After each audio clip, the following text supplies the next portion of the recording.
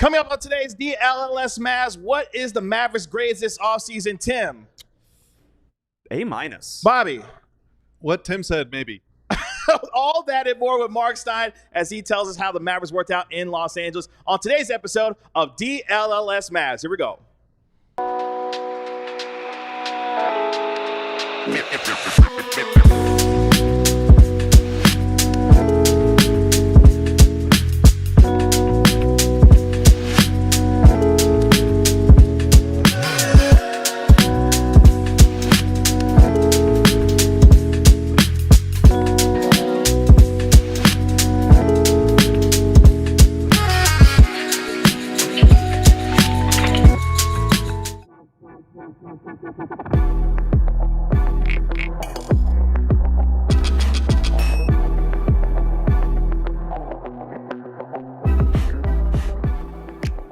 Hey, what's up, DLLS Mavs Nation? It's your man, Kevin Gray, alongside Mavericks insider Tim Cato, Mavericks analyst Bobby Karalla. We are DLLS Mavs. You can find me on X at Kevin Gray Sports, Tim at Tim_Cato, Bobby at Bobby Karalla. Coming up in 14 minutes, Marc Stein from Slovenia is going to give us his news and notes on the Mavericks working out in Los Angeles. And we're going to grade the Mavericks offseason as well. But before we get to any of that, got to welcome in my guys on the show today. Tim, what's going on?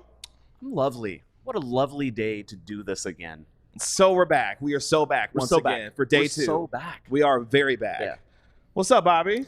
Kevin, it rained yesterday here in Dallas, and you know what? Where? We really needed it.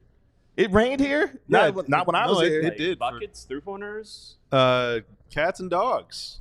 Oh, wow, Kitties okay. and pups. It rained a little bit. That doesn't seem very safe for we the really for the needed it. animals. We really needed that one. Yeah. So it's a great day. More so for the cats. The cats land on their feet. But I'm worried about the dogs. It's a great They day to shouldn't be talk falling sports. for those distances. Well, The Mavs got some dogs this offseason. they do have some dogs. We're going to get into this. Speaking of dogs, you see I'm wearing my Bluey shirt today. Just know when Kevin is wearing, yes, in third person, when Kevin is wearing his Bluey shirt, just know Kevin's ready to cook on that particular show. All right. Uh-oh. Okay. So Okay. just know, if you're a sports fan, if you're a Bluey fan like myself, just know we're ready to cook. Yes, I'm looking for that Bluey sponsorship here on DLLS Mavs. Lot to get to, though, on today's episode. School's in session today. We're going to be grading the Mavericks offseason. Klay Thompson, Naji Marshall, Quentin Grimes. A lot of moves that the Mavericks made. They even let go of a couple of guys as well. We'll jump into that. And, of course, as I mentioned, Marc Stein from Slovenia is going to give us his news and notes on how the Mavericks are practicing in Los Angeles and what he's hearing about what happened during those workouts. But, fellas, let's just jump in. The Mavericks had what was a busy offseason for them. They made some splashes, particularly acquiring Klay Thompson, of course, coming over from the Warriors after 13 seasons, 4 championships, now a sharpshooter for this team to go alongside Luka Doncic and Kyrie Irving. So how would you grade the Mavericks' move for Klay Thompson? We want you to know in the chat as well what grade you would give the Mavericks for getting Klay Thompson. Tim, actually, Bobby, I'll start with you. We'll switch it up today. It'll start with you, Bobby. How would you grade the Mavericks acquiring Klay Thompson, what that move was for them? Oh, my God. So in terms of just like cap creativity and figuring it out, because that was the contract number was a very specific one for them to get to. Logistically speaking, A+. Basketball court fit, probably B+ or A-. I'm pretty high on the Klay move. Because I wrote an article about this actually at alldlls.com. You can go check out. We preloaded the Mavs vertical with a bunch of articles. And it's Bobby's free. writing. It's Yes, free. It is It's free right now. You can go read it right now. Yes. And so the thing I wrote You about should for be a launch day diehard. was that last season the Mavs led the league in corner 3 attempts, and they also took a ton of threes in general, but they led the league in corner 3 attempts by far, but were a bottom 5 corner 3-point shooting team.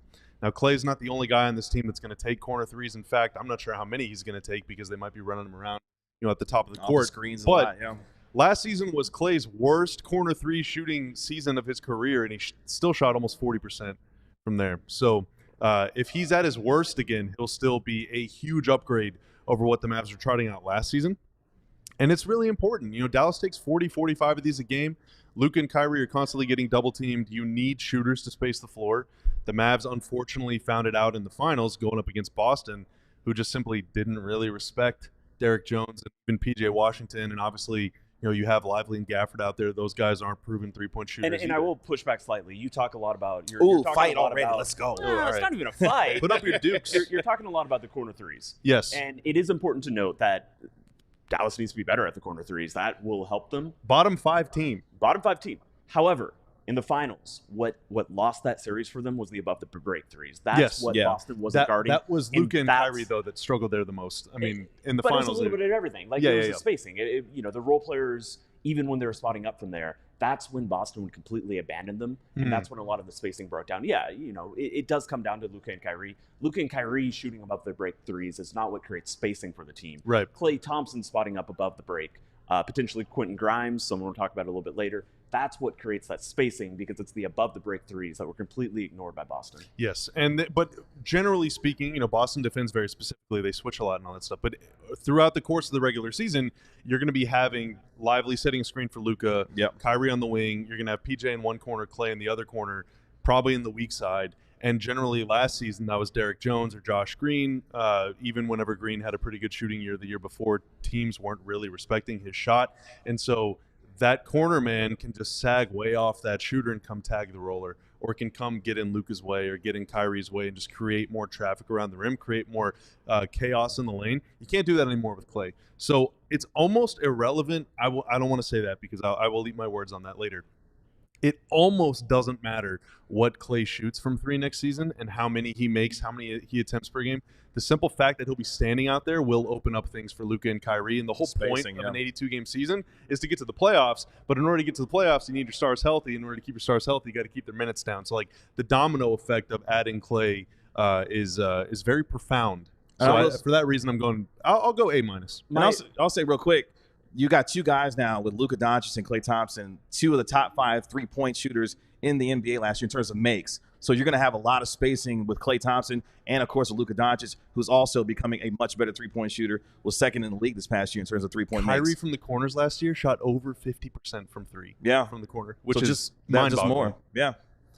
To your point about just the reputation of a shooter and how that matters sometimes more than the percentages, it's something my old editor, Mike Prada, who he was at SB Nation and The Athletic. He's written a book. Really smart basketball guy. I still remember the story he wrote about Marcus Smart, and he wrote it. Marcus Smart was a bad 3-point shooter. Still is not a great 3-point shooter. Was shooting like 30%, but he would take every one of them. Mm-hmm. Yeah. He was averaging like 6 or 7, and it affected the spacing. You could watch Boston when Smart was out there, and just because he took all those shots, defenses ran at him more. They collapsed. They were like, oh, he's a shooter. He's going to shoot this. I got to get out to him. Because it's less about, oh, is this guy going to make the shot? What you see as a defender is you see an open guy about to launch. And if Marcus Smart got in their heads, oh, it's going up every time. You got to get out and guard him. There's a panic. It causes a defensive panic, and it causes you to scramble. Sometimes, if your ball move is really sharp, sometimes you're going to see 2 defenders running at that's a breakdown for them. But that's the type of panic that Klay Thompson causes. And really, just because he shoots, percentages be damned, although they also really matter for him.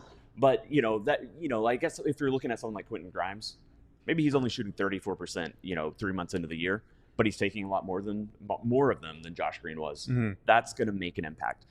Yeah, and Jones passed up a lot of those too. You have to be willing to shoot the ball. Yeah. And Klay last year shot nearly 39% from 3 in what could be considered a down year for him. And just now the amount of spacing he's going to add. And for me, I'm going to give the grade an A, not just because of what he's going to provide in terms of his on-court presence, but these were two individuals, I should say, in terms of the Mavericks and Klay Thompson, who wanted each other. Klay was watching this team throughout the postseason and thinking, I can help this team. In fact, he said as much when he came to Dallas through his introductory press conference, and he wants to be here for this team and the intangibles he's going to provide from a leadership standpoint, having won 4 championships, the Mavericks having gone through the experience of what it's like to get to an NBA Finals. I think that is going to be huge for this team to be able to be that kind of locker room leader and to bring his kind of presence that he is known for when he was in Golden State. Now he gets to provide that alongside Luka Doncic and Kyrie Irving. So from an intangible standpoint, I love this move just because of the experience that Klay's going to bring on this team. I agree with everything you guys have said, but I'm still lower on the move than you guys. Oh, where are you? We got a hater on set. A hater. Look at this guy. A hater. I was going to give it a B. You going like D? Oh, a B. Okay. I understand that it's much easier for. I've seen a lot of fans say that Klay Thompson is replacing Tim Hardaway, and I agree. Skill set wise, that's correct. But until I see otherwise, the minutes he's actually going to fill are Derek Jones's, and I think that this was it's a move that made sense. Hi, Jeff. Hello, Jeff. It's a move that made sense. I understand why they did it. I think the logic behind it was sound. But I still need to see on the court that replacing Derek Jones's minutes with Klay Thompson will have a better effect on the offense than it has a negative effect on the defense. And I think, I gave it a B. I'm not a B minus, not a C plus. I give it a B. I think there's a very good chance. I'm more optimistic than not that will be the case. But I want to see it. I think that there's questions. We know that this team is it was the defense. It was the defensive effort that powered this team through that big run after the deadline into what became a run to the finals. And if that's what powered them to it, they are taking a step back in that area. And I just need to see how it all works. I need to see how Klay is treated. I need to see how who Klay believes he is. I wrote one question about. It's pretty existential. Yeah, it was kind of existential. I wrote one question about every player on the roster. It's also on ALLDLLS.com. Right? Great website. Great website. Right now. And that was my question for Klay. Like, who does he want to be? Who does he think he is? I could just hear you saying that. Who does Klay Thompson think he is? I said it, and I'm like, this. You usually say it with a different tone or a cadence. But who does he believe he is as a player at this point in his career? Is he okay being someone who plays a little bit more like a Tim Hardaway role than a Derek Jones Jr. role? He is clearly better than Tim Hardaway Jr. There's no question about that. And his role will be bigger. But we saw that at times, a lot of times, Tim Hardaway Jr. was not the right guy to be on the court at the end of games. Having a better version of him makes it better. I think Klay is better defensively than Hardaway, too. I would agree with that as well. By the way, I think Tim is the only one who did it right because he did it without a vowel. He gave it a B. Kind of the whole no vowel DLLS. deal. I think you actually did it right, Tim. Yeah, this is DLL. Yeah. Can I BZD. I was hovering between B or E. And oh, so B or E. Okay. Yeah. I was considering. E for I was like, excellent. Got it. Grade U. Great. For, wow. I want to respond to Brian in the chat. He made a good point. That Josh Giddey, for example, in that Mavs series against the Thunder, Giddey kept shooting, but nobody was running at him. Personnel matters. That is absolutely true in a playoff series. In a playoff series, personnel 1,000% matters, and I think that kind of goes back to what you were just talking about, Tim. Like, who's on the floor when, specifically defense, can that trio, Luka, Kyrie, and Klay, hold up? I don't think that's going to be something we ever think about in the regular season, outside of a couple stinkers. But once we get to the playoffs, that does change quite a bit. But they have 82 games to figure that out. To respond to Luke, who correctly pointed out Jones only played 24 minutes. Down the stretch and through the first 3 rounds of the playoffs, he was playing 30 plus pretty consistently. Yeah. We're talking about down the road kind of stuff. I am viewing it as the reason I view Klay as the Jones replacement is because we saw what Dallas was like when they got it all together, when everything was clicking. And that was a stretch that Jones was playing the minutes that I think Klay will be getting most of the time. Shout out to Daniel. What's up, KG? Shout out to you, Daniel. Yes, the vibes do matter quite a bit. Players always matter, but vibes are that much more. Shout out to Locked On for joining us. The power of positive thinking is a real thing, folks. The power of positivity. Coming up here in just a moment, Marc Stein going to be joining us from Slovenia to give us his news and notes on the Mavericks practicing in Los Angeles later on. What is your overall grade for the Mavericks? But before we get there, Bobby, talk to me about Empire Today. Talking about Empire Today, where you get shop-at-home convenience, the right product for your needs, quick and professional installation, and a low price guarantee. Now, you can go anywhere, and some dude is going to try and sell you a floor, but most likely, he's trying to get one past you. He's a failed imitator. Empire Today is the best place to get new flooring, so don't pay attention to any of those copycats. Empire can't be beaten on quality, service, and speed. They also have the virtual floor designer, so you can shop for flooring where you live. You don't have to go to some store and check it out. You can sit in your kitchen, aim your phone at your floor, and see what that floor will look like in your home. Empire Today also built the floor in our very own office. Shout out to Empire Today. Shout out y'all for getting that set up, because I would hate to be on the floor right now. I like being on the 4th floor, guys.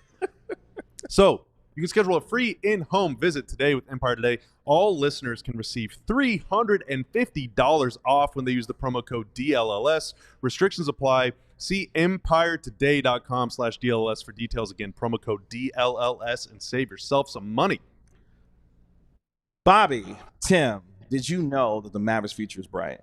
You're supposed to ask me how bright at this point. How bright? So bright that I need a pair of Shady Rays. Shady Rays is an independent sunglasses company offering a world-class product rated 5 stars by over 300,000 people. Their shades have durable frames and crystal clear optics, making them the perfect choice for all of your outdoor adventures. They have hundreds of options to choose from, so you're bound to find the style that's right just for you.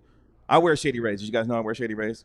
I got 4 eyes, so I need, an extra pair to help me out. So you got, yeah. You see where I'm going? Every time I look at you, it's just so clear to me you're a Shady Rays guy. Thank you, Tim. I appreciate that. I had to wear a pair of Shady Rays this morning because my daughter had on this hideous Saints jersey, so I had to put on the glasses to hide my eyes from that Saints jersey because I'm a Cowboys fan. That's so right. I had to put those on. But at the same time, if your shades ever go missing, you can take an unexpected hit. Don't sweat it. They have the most insane protection in all of eyewear. Every pair is backed by lost or broken replacements. Exclusively for our listeners, Shady Rays is giving out their best deal of the season. Head to shadyrays.com and use code DLLS for 35% off polarized sunglasses. Try for yourself the shades rated 5 stars by over 300,000 people today.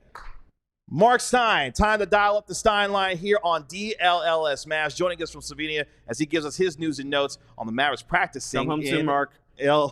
What's going on, Marc?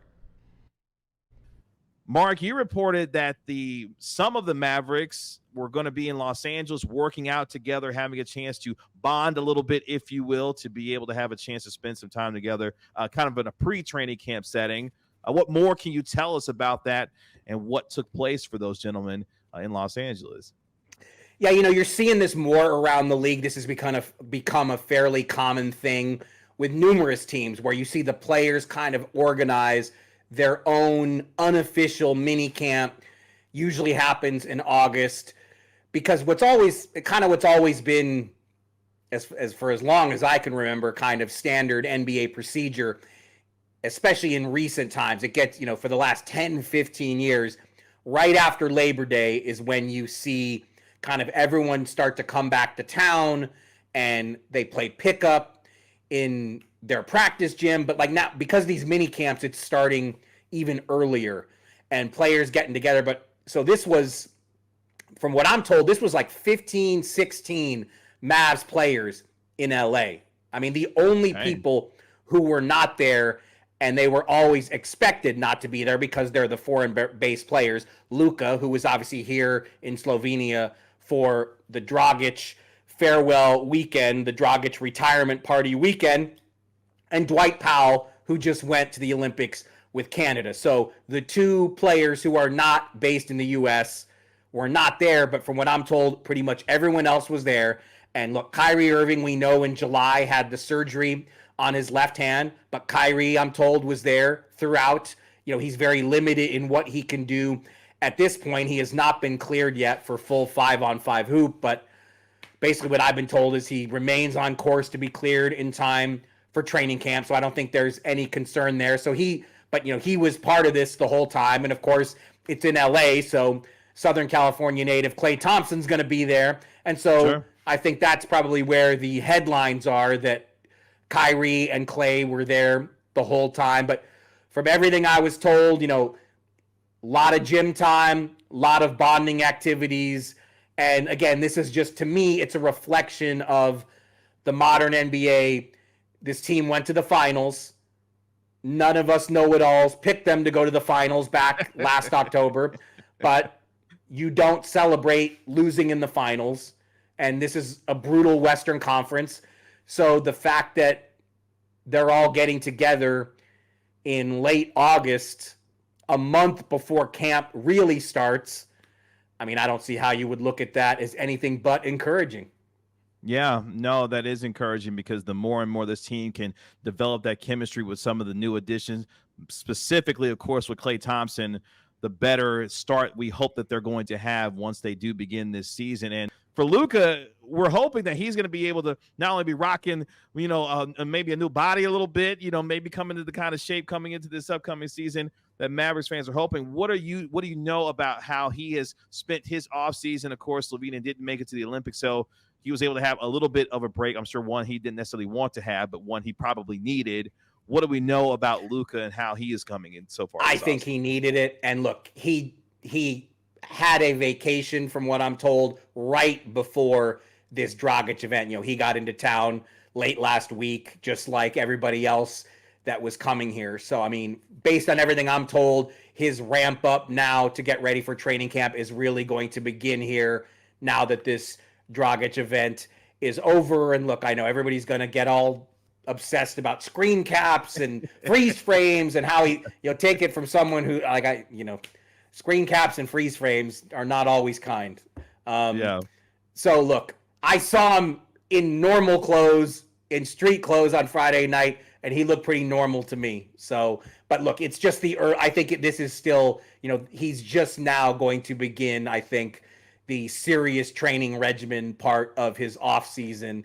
And look, because of the load he carries, he's going to get as much time off as is possible in the off season. But, again, I think there's still more than a month. Media Day, September 30th.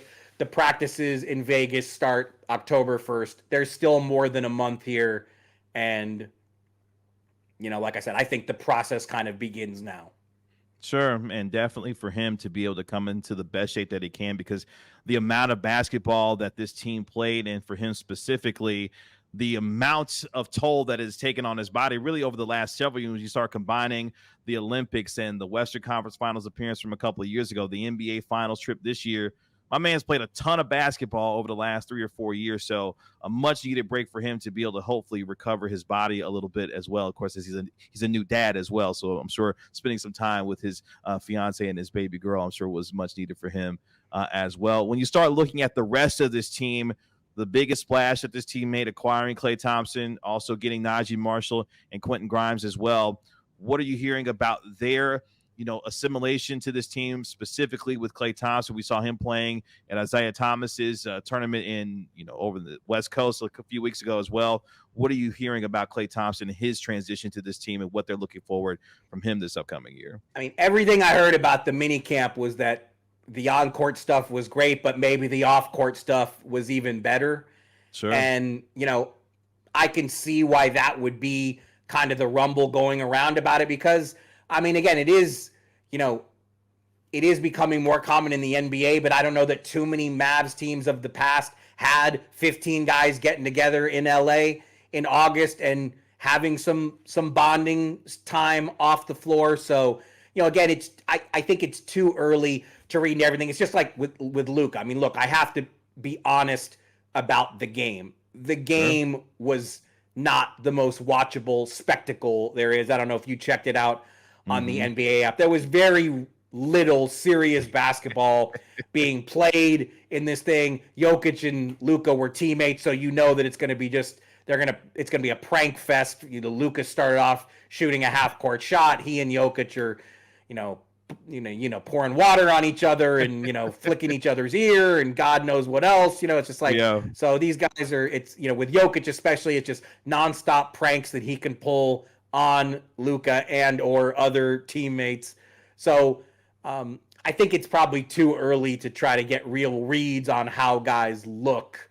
But look, I mean, this is the reality with Luka. I mean, the two areas he does need to improve, and I think he knows it. I don't think it's any secret. Conditioning, more consistent, good conditioning. He needs it. It's only going to help him. And his comportment with the referees. He's got to improve in both those areas. He knows it. And look, I think if those things happen, I mean, how many levels is he going to go up if those things happen? 1, 2, and how many more levels can he go up? So, obviously there's a nonstop obsession with the state of Luka, but my stock answer on that is he's the last guy I worry about. He always plays. I mean, whatever's on the injury report, he's playing. So it's Are there areas that need to get better, that need addressing? No question. But I'm going to guess within the front office too, 77 is probably not terribly high on the list of concerns right now.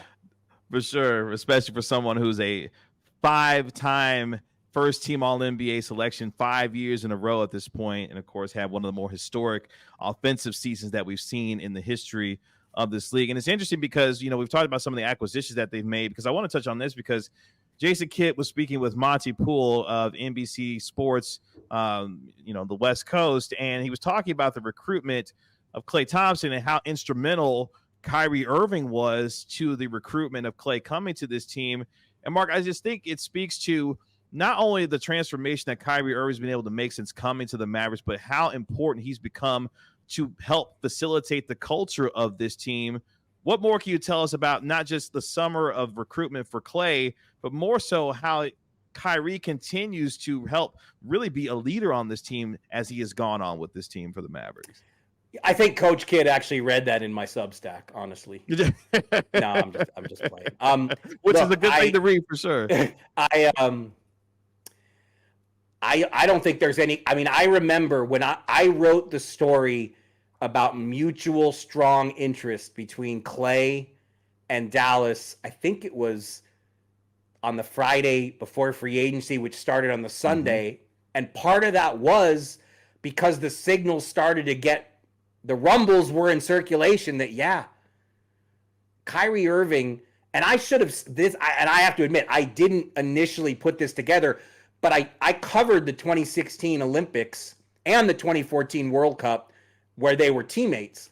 And I should have, you could tell then that Klay had a real admiration for Kyrie.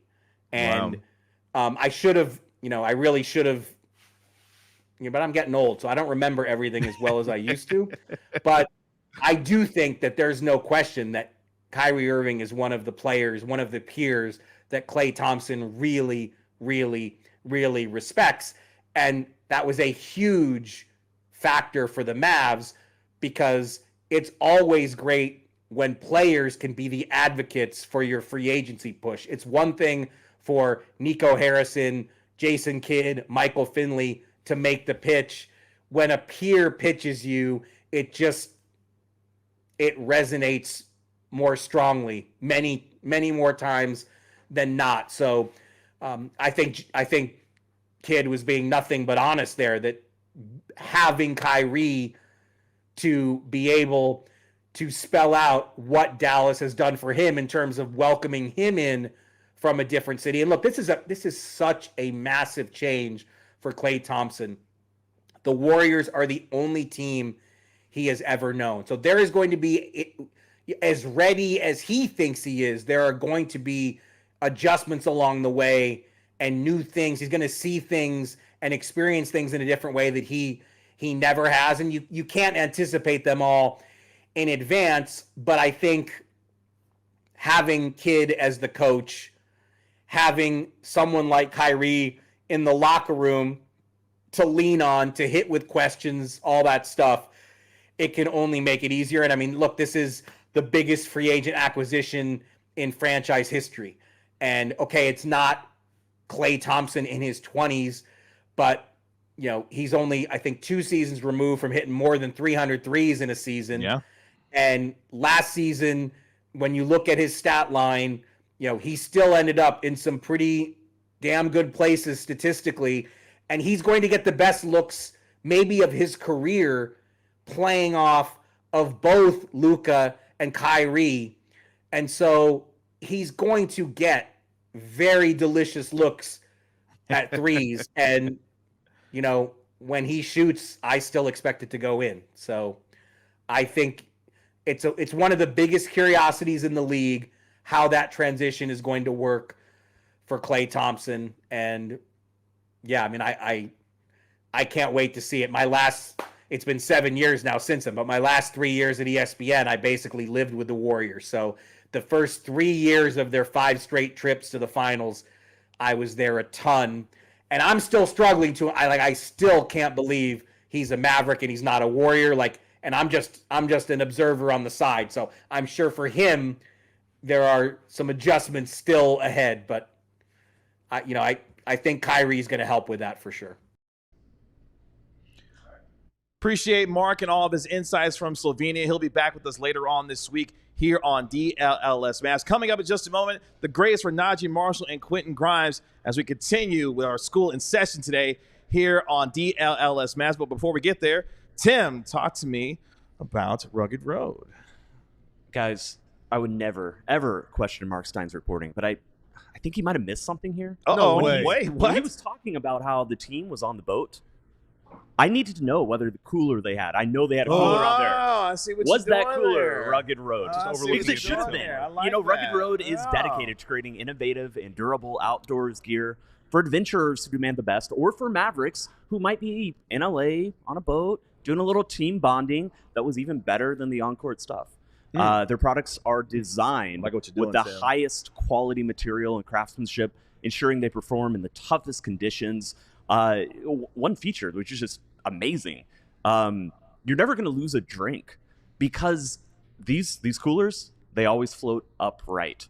And that's important. Ooh, that is good. That is like good. you lose a drink when you're trying to do some team bonding. You're going down the some Brazos. team chemistry. That's an instant That thing's hit. going to flip. An instant hit to the team chemistry. Every So, single sandwich going to end up at the bottom of that river. unlike other heavy-duty coolers, Rugged Road, they're incredibly light, easy to transport, any trip without compromising on performance.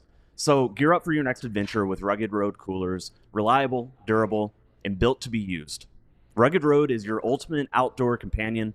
Head to ruggedroadoutdoors.com and use code DLLS for 10% off. Do you guys know anybody who needs a job? Not I me, used to. You Unfortunately. used to? Yeah. No. They got a job?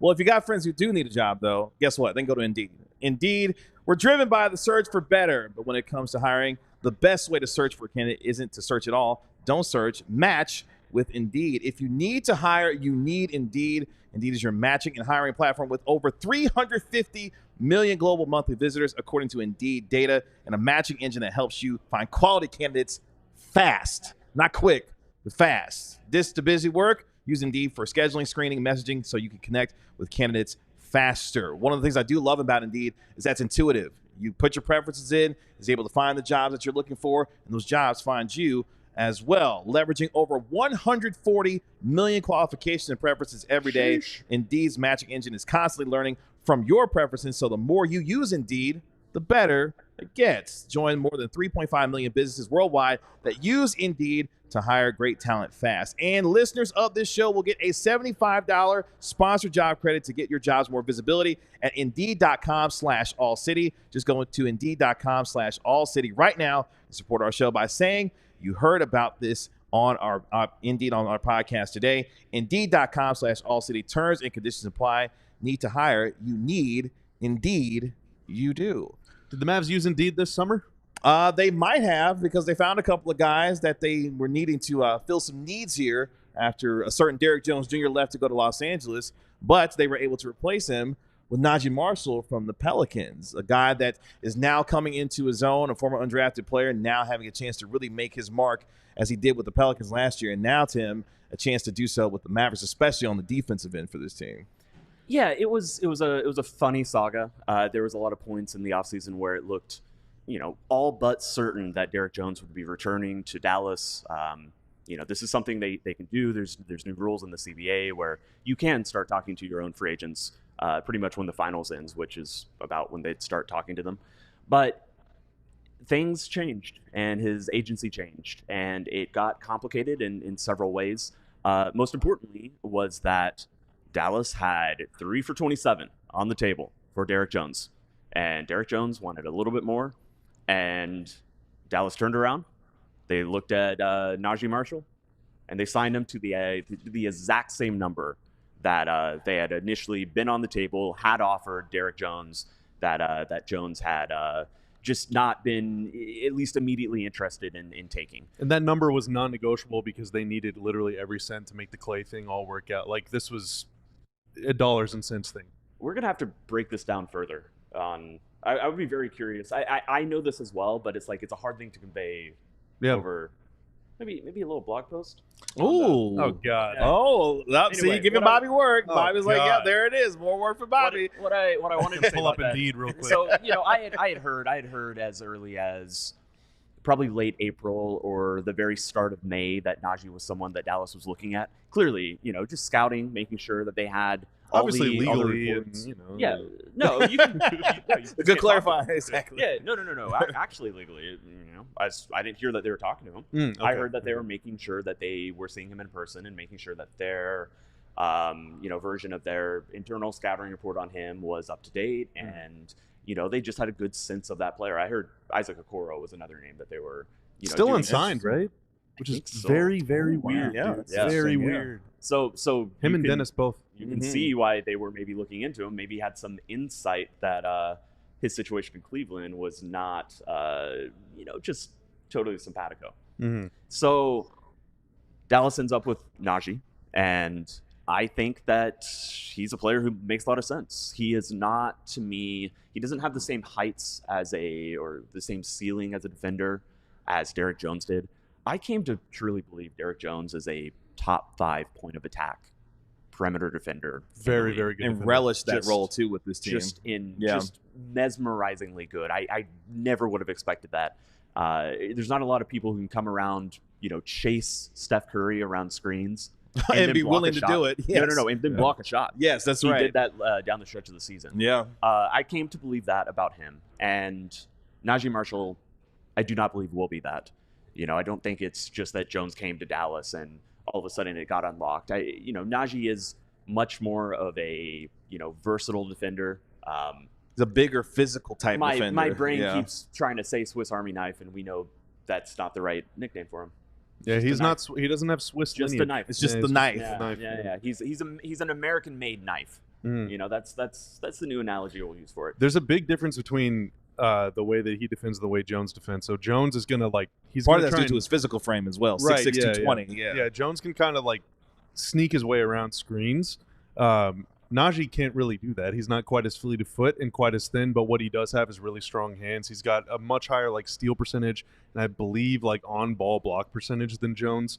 Whereas Jones is going to be much kind of a little safer, make your job more annoying. Naji's going to was try and create slinky. turnovers. He was Yes. very elastic. He had Yeah. hollow bones, kind of like a bird. Okay. That's a drop. That's my theory. That's a into drop why right he can there. drop Hollow like that. balls like Yeah. a bird. Yeah, Yep. no. Look at him. Look at him. It's a hollow bird thing, and that made him very good at navigating Even more screens. drops. Hollow bird thing. Yep. Naji, Yep. I agree. Yep. It's different. Yeah, Still Naji's very like a good defender. playmaker. The Mavs don't Yeah. force a lot of turnovers. Yeah. But Naji's the kind of guy that can maybe help with that a little bit. And I will say, on the other end, Naji has a little bit more juice. This has been a trend for Dallas that, 2 seasons ago when they, through, I guess is it 3 now, we're saying, when they made the first conference finals run. Yeah. Yeah. That was a 2022, team yep. where there was not a lot of on-ball juice. There was not any sort of offensive playmakers. What you had was dunkers, you had, alley-oop, lob finishers, and you had spot-up shooters. And there was really not much else on the roster. It was all created by, what was then the trio of guards, obviously led by Luka.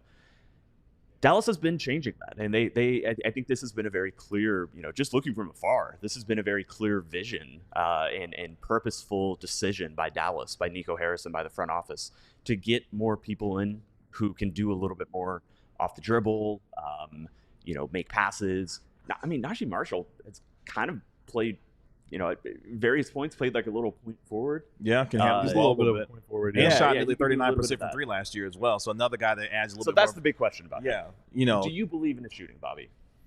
And if he can do it in a little bit more volume than what he did with Because the I like Pelicans. everything else. Yeah, one season pops are always hit or miss. I mean, I'm not a shot doctor, but if he can just be good enough, right? Like last season, Jones shot 34% from 3. I think by the time all was said and Yes, done, And that was due Regular with some season ebbs and percentage, flows yes. too throughout the course of the season that he had yeah, with that and shooting he as was well. able to put the ball on the floor and get to the rim a little bit in the regular season, but in the playoffs, teams were really sitting on that, and he got a shot blocked a lot, which for a guy with his vert was very surprising to see. Naji does have a floater game. He can finish around the rim a little bit, but his little floater, his little pull-up, that's going to be his main weapon, and then also his ability to read the floor and make some plays, which is something that the Mavs haven't really had out of a wing spot, in the Luka era. Yeah. Pretty much, like he can make plays in the open floor as well, which really matters. But his shot has to be good enough and consistent enough to where he can put the ball on the floor and make that stuff happen. I was about That's to got ask, to be the like, thing. is his off the dribble game, his pull up jumpers, pull up 2-pointers, floaters? Those are is that legit. enough to offset the idea that maybe a defense is ignoring him. If he's shooting the same percentage as Jones is, then he'll be a better offensive player than Jones was. Because there's a little more variety in his game than what Jones had, for sure. Yeah. You may not get some of the finishing ability out in transition, which Jones was known for in terms of being able to finish above the rim. Lob target. Yeah. Exactly. But you may get a little bit more of a consistent overall offensive threat when it comes to Naji Marshall, coming off the bench. And He's got to prove it. He's got to prove it for sure this upcoming season. But speaking of coming off the bench, another move that will pair with this one, the Quentin Grimes move. Quentin Grimes coming over from Detroit. I love what Bobby had to say a couple days ago when we were getting ready for this, because you have a little bit of concerns with maybe some of the health with Quentin Grimes coming into this team as well, and what that could mean for his role coming off the bench for this team as well. Talk to me a little about that. Yeah, real quick. Najee, how about B? Is that good? B? Yeah, swapping him out for Jones, I guess, like losing Jones and then getting Marshall, B+. B+? But Najee the player, B, but in a vacuum, B+. I'll stick with a B on that as well. Yeah, Okay. I would go there. Yeah. I think that's fair. Yeah. Okay. Quentin Grimes, again, cap logistic moves. Oh my God, stroke of genius, A+. Yeah. No questions asked, no notes. Able to save $12-ish million at the expense of 2 second-round picks. Dude, all day, every day. Good salary cap it took the management. Nuggets 3 second-round picks to get off $5 million for Reggie Jackson. Do you think Andrew Baker is listening? Andrew Baker, if you are, come on the show. We got a fourth chair We right got a there. fourth chair. Come join us Andrew, on if the you wanna show, come on dude. the show. Any of y'all in the Mavs front office, you're welcome anytime. Cap this guy for the Mavs, for those who don't know. Grimes, though, we'll see. Like, I think, okay, at his best, right, for one season, because he's only under contract for one season. Yeah. Right. So and he's restricted at the end of it. So the Mavs have the ability to. Hey, let's keep him not talk moving about forward. restricted free agents. Yeah, okay? that's a source of it. Let's just kind not. of You a know. situation. It is because the ideal version of Quentin Grimes is good health. Very, very promising and capable point of attack defender that in many ways is a better version of Jones, in that he's not going to block a lot of shots or get a lot of steals, but he's going to make Jalen Brunson's life hell. He's going to chase around see what Steph you did Curry. there. That's good, He's going to Bobby. stay I with see what you did Dame there. Lillard. What do you mean better than Jones? Like I think potentially more effective version of Derrick Jones on the ball. Ooh. On the ball. Jones better off-ball defender. Jones better rebounder, better leaper.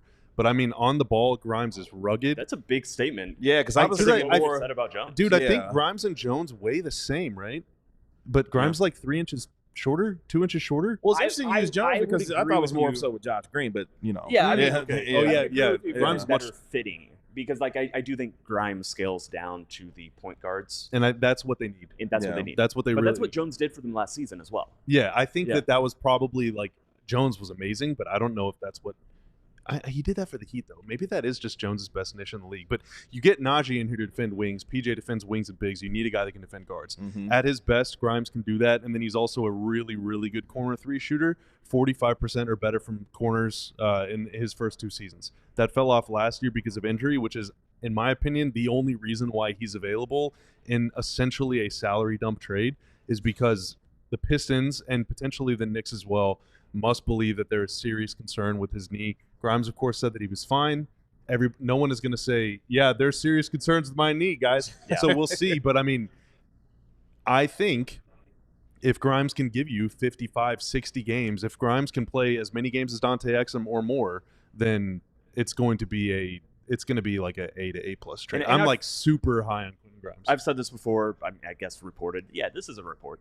Like I've said this before, but one reason, like, Detroit had concerns that went into the reasoning of why they were willing to include. They're about to have to pay a bunch of people though. Their situation's kind of weird. I agree. Unique. I agree. Where are we at on time? I've got a little bit more, but we can bleed it over. should into probably- the Yeah, next we can segment. carry over to the next Carry segment. over? Yeah, let's do that. Yeah. Let's do that.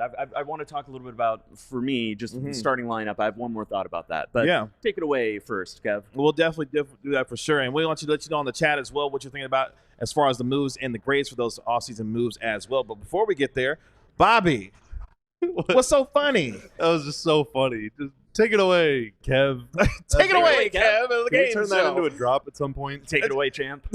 You like champ better? Take it away, Kev. Take it away, Bobby, No, talk to me about becoming a diehard, though. Oh, dude, if you become a diehard, that's a really good thing to do. That's a great thing to do. No, yes. become a diehard today. So Wow. diehard is How good of a thing. diehard is what we call our community members, and we are building a community here at DLLS. Yes. Okay, so you become a diehard. You can gain entire access. You gain access to our entire website, where you can read stuff written by Tim and by me and by Kevin And by me. and by many of our other talented writers here. The whole site is not paywalled, but if you become a diehard, then none of the site is paywalled, and that's a pretty sweet deal. You also get a free shirt when you sign up, which pays for almost half of the fee. So it's like found money, man. And we got some really good shirts. There's more than 35 already available, and we're going to be rolling out more merch here very soon. And the great thing is, whenever you become a diehard, you get a promo code, so you don't even have to choose the shirt. You can sit on that bad boy until your favorite design comes out. So in addition to that, you get discounted access to events like tailgates, to takeovers at games. You can go to the AAC for a discount, man. Those prices are not cheap on the secondary market, but you can go hang with us at the AAC at a discount. So go do that today. Go to alldlls.com to sign up, and we will send you a shirt very soon. I really like that Skyline shirt. Yes, Skyline shirt. I is got fire. one of I those. like it. I like it a lot. A long-held opinion of mine is that the Dallas Skyline, like, punches way above its weight. You know, Ooh. Dallas is a. I've said lovely things about Dallas, but you wouldn't think that, you know, it's a top 10 city. It's a top 10 city in the country. It's got a top 3 skyline. Skyline That's is gorgeous. Maybe top 4. Like, it's hard to compete with the New Yorks and the Chicago's just by volume. But in terms of the step down when it comes to those skylines, nobody else has an iconic one. Maybe it's just because we live here, but you toss up, you know, a similar version of the skyline for Philadelphia. Would you recognize it right off the top of your head? No. I would recognize It's New a York. pretty I guess. iconic Yeah, skyline. New York and Chicago. Yeah, that's we about got it. the So, ball. We got the green We got building. a lot of stuff here that you can recognize. So Yeah. if you're diehard, like, you are gonna have so many ways to pitch us on content ideas. Oh yeah, dude, the on, Discord. I completely forgot to mention the ideas. Yeah, I got a whole on Discord. content ideas. It was on there ideas, last night, actually. It on was great. T-shirt ideas. If you just want to hop in there and like, hey, I got an idea, you know, and maybe it's just like our skyline. Let us steal your IP. Become a Eric's like, become a actually, diehard no, today. don't do that. Don't actually do that. And I'm just saying. That just creates more work anybody for our can guy pitch Eric. anything. Don't worry I'm about not saying that. we're gonna do it, but Indeed.com/Tim Cato. Hey, look at you. I see what you did there. Good job. Before we get out of here today, I want to know from the chat your grades on the overall offseason for the Dallas Mavericks. Throw those in the chat. We'll read some of those as we give our overall grades for the offseason as well. But, Tim, you wanted to touch on the last thought that you had in the last segment as far as what we were discussing with Naji, Marshall, Quentin Grimes, and also with Derrick Jones Jr. as well. So this is tied into everything that we've been talking about. But I just want to, like, kind of point out one thing that I could see being a storyline, maybe 20, 30 games into the season. We've been talking a lot about all these players that are coming in, what they're good at, how, you know, Naji is a good defender, but he's bigger. He's a little bit different than Jones. We've been talking about Grimes and how he's very important to this team because he guards, point guards, quick guards. When you look at the starting lineup, Naji, PJ Washington is a good defender, obviously. His position, the best position for him to guard, it's kind of 3s and 4s. Luka, best position for him to guard. He's a feisty defender. He got a lot better. It's kind of 3s and 4s. Yeah. Kyrie, do you want him in some ways? Off ball. Off ball, please. Honestly, he's kind of growing into like a James Harden type where he's best guarding like an off-ball 3. And, you don't necessarily want him. To start the year, he's going to be tasked to pick up a lot of these point guards. Mm-hmm. And that's a little bit of a concern. And Or you can try and cheat with Klay on those, but then you're kind of depending on what you want to do with Lively. what pick and roll position is becomes Klay tough. probably best at Yeah. guarding Yeah. 3s and maybe 4s? That is the one thing where you enter the offseason and everybody understands why Klay is almost certainly going to be the starter. He's going to be the starter. He's going to be the starter. Yeah. But you look at the starting lineup and you're like, there's a little bit of meshing that just would be nicer. It puts a lot of importance on Grimes and his availability because he is one of the players off the bench who can do that. Mm-hmm. And it's just a question I have. I think a question about the starting lineup, which is probably going to be the highest scoring, most efficient starting lineup offensively in the entire NBA. Yeah, this offense could And it set might not records matter. this year. I think so. It might not matter because it might be that good. Yeah. But it is one question I have for it. It's where a lot of this, well, is Klay going to close games? Is PJ going to close games? Which I think both of those are valid questions. And Kid will do some experimentation throughout the year leading up to the playoffs. I think those are sure. all. It's no guarantee that the big closes to be either. asked. They might close the PJ at 5. Yeah, depending they've done that game before. situation. Yeah. Not much though. I always expected more of that, but yeah, no, I agree. That's also a very much a real possibility depending on matchups. So, and Naji is someone that you feel better about, like Naji and PJ are both kind of able to be small ball fives just in terms of bulk and size and rebounding, whereas Derek Jones wasn't really someone you wanted out there next to a small ball 5 if he's the 4. Yep. Let's get those grades going. Let's get those grades. When we see him in the chat here, Leonardo says A. David, solid A off season as well. Throw those in the chat as well. Ben and Big D says grade for Kevin's shirt choice A+. Thank you. Appreciate that. A lot of Bluey love today. Look, man, a lot of our diehards and folks in the chat are parents just like me. So Bluey super fans out there, shout out to you. So let's get into it. Overall offseason grades for this team. Klay Thompson, Naji Marshall, Quentin Grimes. Also added Spencer Dinwiddie in the offseason as well. A deep team that's got a lot of guys. And one of the things that we'll talk about on the show in the coming days as well is the rotations. Who's going to play? How much they're going to play? Because they've got a lot of guys that could see real minutes on this team. Bobby, I'll start with you. Overall grade this offseason for the Mavericks based on what they were able to achieve, filling some needs, and what they're looking forward to as far as expectations this upcoming year.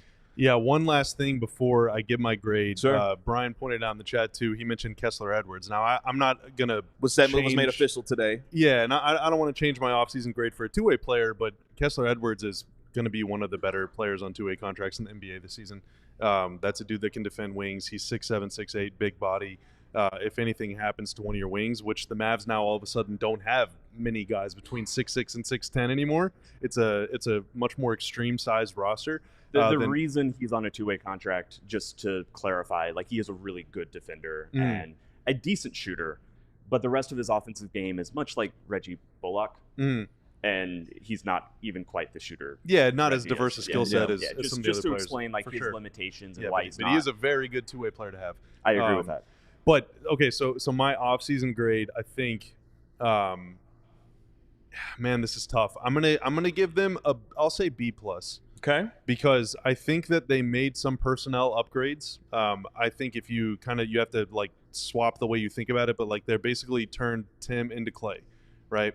They basically turned Josh Green into Grimes. They basically turned Jones into Marshall. Now I would say that many of those are upgrades, and it might turn out to be that all three are upgrades, but I think that this roster does have a couple concerns for playoff time that they'll need to address in February. But Nico Harrison has shown, hey, I'm not afraid of making deals. They are whenever deadline day is approaching. And make moves, yeah. I think one huge thing working in the Mavs' favor based on this offseason is that they have the depth to survive short-term and medium-term injuries to their best players, whereas in previous seasons that was not the case. You got Dinwiddie, you got Exum, you got guys off the bench that can make plays. Hopefully Kyrie and Luka don't miss a bunch of time, but if they do, they should be in decent hands. So I'm going to say B+ with the potential to get up to an A. I think that's fair. You also have to think about – I'm going to be such a nerd right now. Please. How are we grading a team that just went to the finals? Like, if is an A just means high? I think to be fair, I think most people view the grading system when it comes to stuff like this as like, did they make the most of their offseason? But you can make an argument that, outside of adding Kevin Durant, that there is no A offseason for a team that. Yeah. I mean, I don't know if that's in the how context of like limited like, draft picks, limited flexibility, limited maneuverability. They used what they had. Yeah, I think a team that just went to the finals got a bit better. And that's, that's an A to some people, that's a B+ to others. Yeah. I said A- at the start of the show, where it's like, just edging into A territory. I have some questions about Klay and just like how all these pieces fit as I've walked through. A few more questions about Quentin Grimes and, is he that important to this team and its cohesion making sense, even in spite of some injury questions? Luke had mentioned Exum is also a good guard defender. I think he's someone who should be in the rotation. Depth of this team, yeah. In the one question for every player article that's I mentioned earlier, it's again on ALLDLS.com right now. You can go read it. My question for Exum is just kind of where he stands in the rotation, how much faith does the coaching staff have in him? it did stand out to me a little bit. Just even when he finally started doing some stuff in the finals, he still wasn't really trusted. Mm-hmm. You know, and nobody was trusted, and nobody was working, and he was still not trusted. That just struck me as interesting. He should be a rotation player. Quentin Grimes, I think, is a very exciting player for this team. Yeah, A-. I'm fine with that. I think that's good. B+. This team, again, just keep coming back to this thing. We all feel like the team got better. Yep. And they just went to the finals. Like that is what you want from an offseason. So maybe to another person, that's an A+ or an A. Yep. A lot of folks coming in with A grades for the Mavericks. October can't get here fast enough. We are right there with you when it comes to the Mavericks and their upcoming season. What's your grade, Kevin? I'm going to give it an A-. A-? Okay. Yeah, and I think the reason I'll give it that grade is that you fill the needs with the limitations that we talked about. But more so, you got guys that fit the roles that needed to be filled on this team. And it seems like these three gentlemen are bought in, and I'll include Spencer Dinwiddie, what makes 4. These individuals are bought into this team. And if they've watched this team go to the NBA Finals, Luka continues to ascend as one of the superstars of this league. Kyrie Irving had a resurgent year last year. You've got guys that fit the identity and the culture of what the Mavericks are building. And I think that's as big of a note as any when it comes to what happens on the floor, is that you've got guys, hopefully in the chemistry in the locker room, that believe in the vision that this team has. And the success has been proven by them going to the finals. So if you've got guys that fit your culture, fit exactly what your needs are that you had to replace with, I think that's a home run and an A- given what you were able to achieve last year. But most importantly now, how do you sustain that success? Because these moves have to continue to sustain the success that the Mavericks had this past year. And I think they've got guys that, if healthy, specifically with Klay Thompson is where I go, that if remain healthy, this team should be a team that wins between 53 and 55 games this year, be a top 4 team in the West, and find their way making inroads toward getting back toward the NBA Finals. And I think that's a good way to look at it, because the lens has changed on how we view this team, I think. If their plan comes to fruition, then this is also going to be an extremely fun product to watch, too. Yes. Like every night, they're going to be bombing threes. They're going to play maybe a little less fast break oriented, because Jones is a big lob target for them in the open floor, but they're going to be running Klay off screens. Like every possession is going to be fun. Like it's just going to be a really, really fun team to watch, and probably high scoring at both ends of the floor, which could be good or it could be bad, but they got 82 games figured out. So we'll see. Also, it should not go unmentioned. Out of 3 offseason grades, mine was the lowest. Oh, harsh judge. Look who's not the Mavs optimist anymore, boys. Is that a new leaf that you're trying to turn now? Is that what that is? Yeah, actually, it was a D- offseason. Oh, jeez. This team sucks. I have to say real quick to Leonardo's point, and I thought it was a great one, keeping Sean Sweeney is an automatic A. The defensive coordinator for this team, of course, had interview for the Detroit Pistons job. Yeah. They were able to retain him. That's a great point, Leonardo, because the defense that we're hoping to see from last year hopefully will carry over this year, and a big part of that is the continuity that they'll have not only with their players, but their coaching staff as well. So that's a great point there. I agree with that. I have been a Jason Kidd skeptic in the past, like just from his coaching acumen and in his history.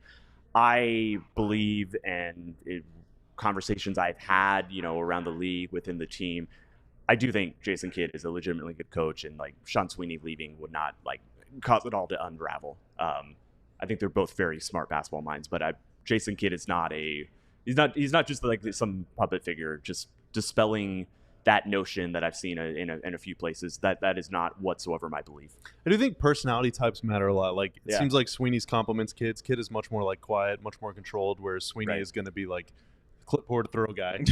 You kind of need it to bounce out. One thing I do want to say, I saw someone mention Derek Lively in the chat too, and I lost your comment. My bad, but I believe it was No Way. Okay. Which I just want to say, No Way is such a funny, good username for these comments, because you could read it, like you could read the No Way, and it's just completely sarcastic. No way. No way. No way. Exactly. But yeah, this one other thing that can kind of affect the offseason, or a team's approach to the offseason, is how much they can rely on internal improvement. And over the last several years here, there haven't been a lot of players around which the Mavs can build plans. Yeah. Now it's like Luka, it's Lively. You can probably count on PJ Washington to get a little better. Sure. That's 3 of your 5 starters, and then there's more coming off the bench that you're like, okay, if they can sustain or improve, then wow, that's a huge deal. I'm going to close on Pretty cool to have a bunch of lottery picks. I wasn't getting choked up. I literally. It sounded like you were just a second ago. One comment. Yeah, one comment I wanted to read just to close on was a no way comment. The ideal player at 3 is an elite guard defender and an elite shooter, but this player is unobtainable with their assets, so they have to make do with several pieces. Yeah, that guy just got traded for 6 first-round picks. That's right. Yeah, but I think that's perfect. Like, this is a team that has all the skills they need, but it's across several different players, and ultimately that comes down to really it's going to be a coaching thing, it's going to be a rotation thing. I believe they have the ability to figure it out, but that is the one challenge, a challenge headed into the season. That'll do it for this episode of DLLS Mavs. Again, thank you so much for joining us on our program today. We'll be back tomorrow at this same time with all your insights from your favorite guys covering your favorite team. For Bobby Karalla, Tim Cato, and our guy Marc Stein, my name is Kevin Gray. Thanks, have been Kevin. DLLS Mavs. We'll talk to you tomorrow. We all silly like the mayor.